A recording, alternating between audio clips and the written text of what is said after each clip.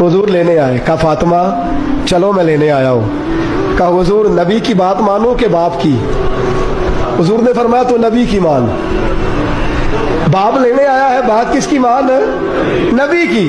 तो कहा हुजूर मेरे नबी का हुक्म है कि शौहर की इजाजत के बगैर घर से कदम बाहर नहीं रखना, ये मेरे नबी का हुक्म है, अब आप बताएं क्या करो। हुजूर ने फरमाया मैं बैठ के अली का इंतजार करता हूँ, मैं बैठ के अली का।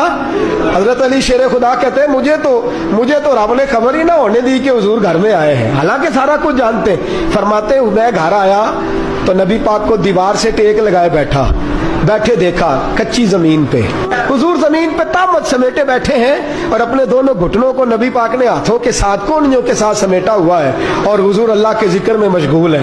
हजरत अली कहते हैं मैं अंदर दाखिल हुआ तो परेशान हो गया, हुजूर आप यहाँ? फरमाया आजा यार आजा, तेरा इंतजार कर रहे थे, आजा तेरा इंतजार हो रहा था। हुजूर सैयद आलम सल्लल्लाहु अलैहि वसल्लम ने फरमाया किस बात पर? हजरत अली कहने लगे हुजूर किस बात पर? फरमाया फातिमा को लेने आया था, वो कहती है अली की इजाजत के बगैर जाना ही नहीं, तो मैं इंतजार कर रहा हूँ, तू आए तो ले जाओ।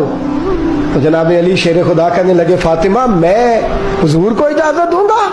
तो नबी पाक ने फरमाया अली चुप कर जा, ये मेरी तरबियत का नतीजा है, ये मेरे हुक्म का नतीजा है।